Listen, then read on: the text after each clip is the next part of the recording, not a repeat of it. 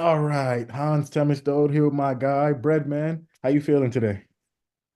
Good, man. I'm heading out in the gym in this cold weather, man. All right, man. I find it ironic that I get you the day after the Eagles lose. I ain't gonna say nothing, but ironic though. I mean, they 12-3, man. I didn't expect them to run the whole table. They was just on a 10-game winning streak. So it happens. It's part of life. All right, we're gonna let it rock, man. But all right, so let's jump right into it. Usyk versus Fury 2. Great fight once again. What was your thoughts heading into it, man? Did you think Usyk would pull it off again, or did you lean toward Fury? I did think Usyk would pull it off again, but I was kind of scared they was gonna rob him, man. I ain't gonna Mhm. lie. I didn't want to I don't like talking about that too much. Yeah. But I thought if it went to the scorecards, it would favor Fury because everything was lined up for Fury. The promotion was behind them. They was publicly supporting them. They didn't even hide it. It was just like we team Fury, you know what I mean? And the last fight, I didn't think it should have been a split decision, and it was. So I kind of was just like, man, everything is lined up. But plus, I was pleasantly surprised that that the scorecards was fair and they gave it to the right guy, even though the commentary was just all pro Fury. But the judges got it right. So that's not a norm in boxing. So I'm glad they got it right. When you looked at the fight overall, was there anything that Fury could have did, or is it just the case of nah, man, Usyk is he's just a better I fighter. mean, sometimes you run into a guy that's just a little bit better than you are, and just happened that you guys have around the same birthday. And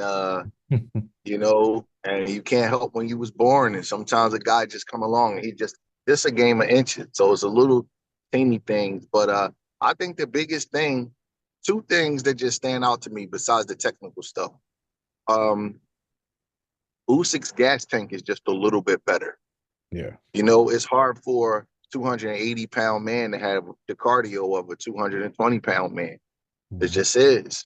And his gas tank is just a little bit better. And his punches affect Fury more than Fury's punches affect him. Mm. He got a he's more durable. He got a better chin. And when he hits Fury, his punches have a bigger effect. And I just think that just separates him, despite the fact that he got probably one of the best clutch games that I ever seen. Late in the fight, if he's down, or if it's close, he really knows how to come through. The last quarter, the last third of a fight. Yeah. Um, you look at the heavyweight landscape, man. Like who's like the one guy where you're just like, that guy, he might be able to get it done against Usyk, or is it kind of hard to say? You got Dubois, you got Parker, they're about to fight. But Coley, I mean, obviously, we can say a guy like Deontay Wilder if you want to, Zhang, Jake Caballero. Like, is there any of those guys, or is it just like, nah, man, I don't think he's gonna be You beat. know what, man? It's heavyweight boxing. Everybody gets hurt in heavyweight boxing. It's very hard to stay undefeated because they're so big and they hitting each other, and anything can happen. So Usyk is 37. I think Zhang and Bukoli will be good fights for him.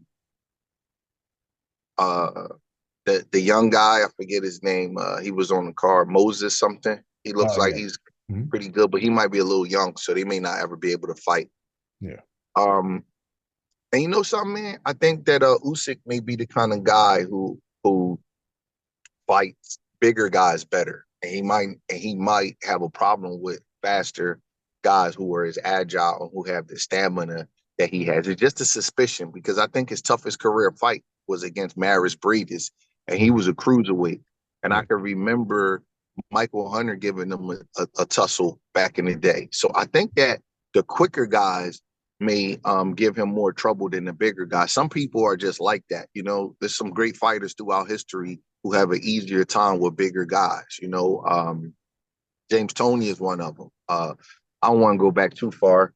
I don't know how old you are, but there's a few guys like that. Roberto Duran, when he got older, if you were like a bigger guy and you try to knock him out, like the Iran Barkleys and the Davy Moores, he had a lot of success with you. But if you use, once he got a little older, if a guy has some agility, like the Ray Leonards and Wilfred Benitez, they gave him more trouble than the bigger guys that was trying to knock him out. So I have a slight suspicion that Usyk is like that. So maybe it'll be a guy that's a little quicker. But Bakoli and Zhang, they're gonna be tough fights for anybody, But the problem with them is they'll get tired, and Yeah. he gets them in the late rounds, But they will have to put a lot of hurt on them. They will have to put a lot of hurt on them early to be able to beat them because once the fatigue sets in, they'll have a tough time. And everybody's in love with big heavyweights, but you're not going to have great cardio if you're 280, 290 pounds, man. Your body's just lugging around too much mass. Yeah. You know what I mean? You don't see no distance runners weighing almost 300 pounds. It just don't work that way. Yeah. So, he just has a built-in advantage. That's why I don't like to compare sizes where it'd be like, well, Usyk fighting guys 50 pounds heavier than her, and then they want to compare in a way in Crawford because and I love Usyk. I think he's a special generational talent. But after you get so big, then the size works against you. It doesn't work for you anymore. You know what I mean? So it's a little bit of apples and oranges comparison because a guy 280, 290 pounds, he may be able to hurt you, but at a certain point of the fight, his energy levels drop off and he just can't hang with you no more. And Yeah. I think Usyk is just taking advantage of the fact that these guys don't have the cardio or the conditioning to deal with him. Tyson Fury has good conditioning for a big fighter, but he Yeah. can't hang with a 220-pound elite guy. He just gets tired when they fight. You could just see it.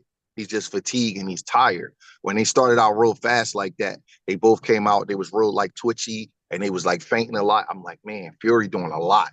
That's going to be hard to match that energy down the stretch. You know what I mean? Usyk, you watch him train. He's always dancing. He's always moving. He fights with a good rhythm, man, and that's tough for a big guy to deal with.